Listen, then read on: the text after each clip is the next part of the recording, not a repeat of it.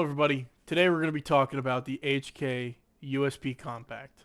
Now unfortunately this model's in 40 Smith & Wesson, but I'll explain why later. But before we get started, let's make sure it's safe and clear to work with. There is no ammunition in the chamber.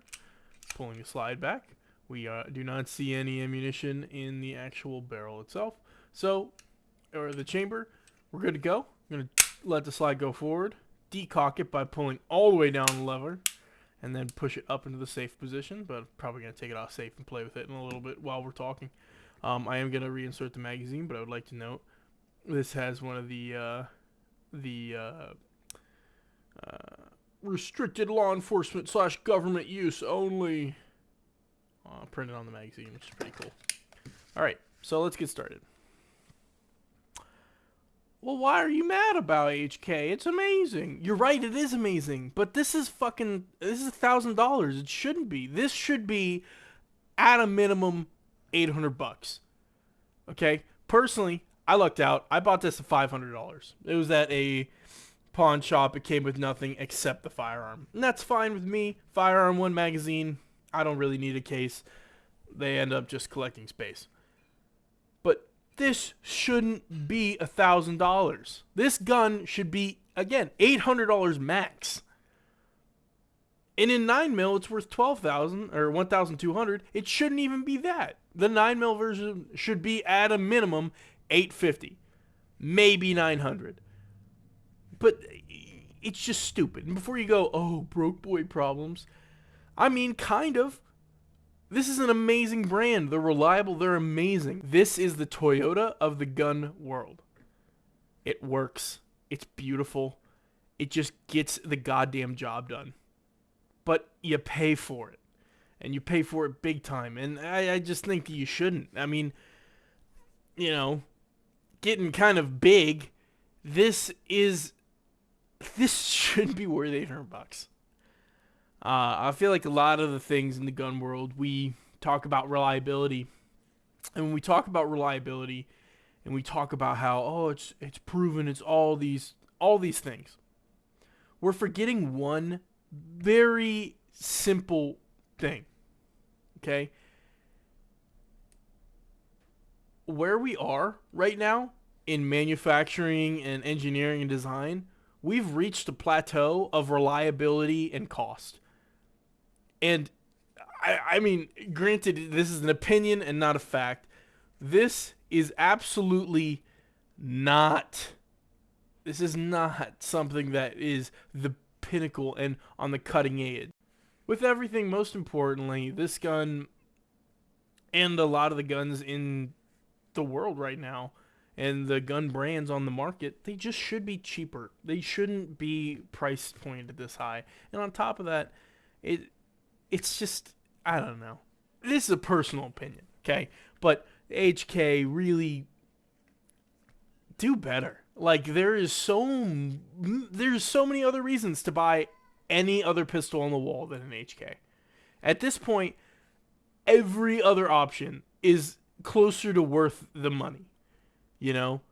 And of course there's models that, like, people love that aren't really worth it. Shout out P226. You know, I love P226, but the P226 Mark 25, okay? The Navy SEAL, you know, it's got that little anchor on it. It is not worth $1,200. It's not worth $1,500. It's worth maybe $1,000 even. And, you know, it's only marked up because of the name and the quote-unquote design, which, look at the rest of SIG. Kind of look similar, right? Maybe that's because they are. Anyways, that's a whole nother tangent that I'll definitely get into another day. But this is at max an $800 gun, and it just pisses me off that it's not. It pisses me off. And on top of that, I like HK. I really want more of them. You can't fucking find them for good prices. This was a 1 in a million. I stopped into that gun shop. I saw this on the table. I saw 2 of them. I saw a USP compact in 9mm. And a USB compact in 40. Now, why didn't you buy both of them, Sam? Well, it's pretty simple. The 9mm one was listed for $1,300. I haggled them, and the only way I could get it down to was $1,230, and it's used. So it's like, dude, that's almost as much as I'm new. Still, you know, that wasn't enough for this guy. But then I said the 40. I just threw a number. I said, all right, how about 500 for the 40? And he just said deal. And I've probably put 700 rounds through this. It's amazing. I love it. I love how it feels. I love how it shoots. I like the grip angle. I like the magazine release. I have no problems with this whatsoever, except the fucking price. It's just not worth it. You know? It should just be cheaper. And, you know, foreshadowing for the future, when I design firearms, they're going to be this quality, but they're not going to be that fucking expensive. And the other thing is this. I can see where they're coming from. As a financial perspective, if I have a brand that people trust and like, yeah, of course, you market into the oblivion and get as much as people will pay for it. But also, they have so many government and military contracts that this doesn't matter. They don't need to sell to the civilian market. They're already making a pretty much infinite amount of money. So it makes sense why they don't really care about the civilian market. But it's sad because these are fun. They're they're nice guns, man. They're fun to shoot, everything. And before you guys get mad, like, oh, you're not supposed to drop it on an empty chamber. That's bad for it. Yeah, so the audio got fucked up, and I didn't have the audio of me talking here, but essentially I just continue to call you guys crybaby bitches, and, you know, tools should be used, and you should be able to slam whatever, do whatever you want, and really work in your firearm, because it's your firearm, and at the end of the day, you're the one who has to answer to how the firearm operates and works. So, yeah, yeah, I'm going to continue talking over because I'm still, like, mad about it at this point for some reason. Anyways, I cut, like, 5 minutes of this conversation. I guess I was working through something. Yeah, ignore it. Alright, rest of the video now. Anyways, either way. Yes, this is probably outside of the standard operating procedures of this firearm, but it's built and designed to be used, and it should be used. Yes, I understand the 40 caliber round, or the round that's attached to the weapon, going into the barrel is actually an additional break to the slide coming down and allows it to be damaged a little bit less, but it shouldn't matter. It's a gun. You should be able to use it, and you should be able to abuse the shit out of it and know it still works.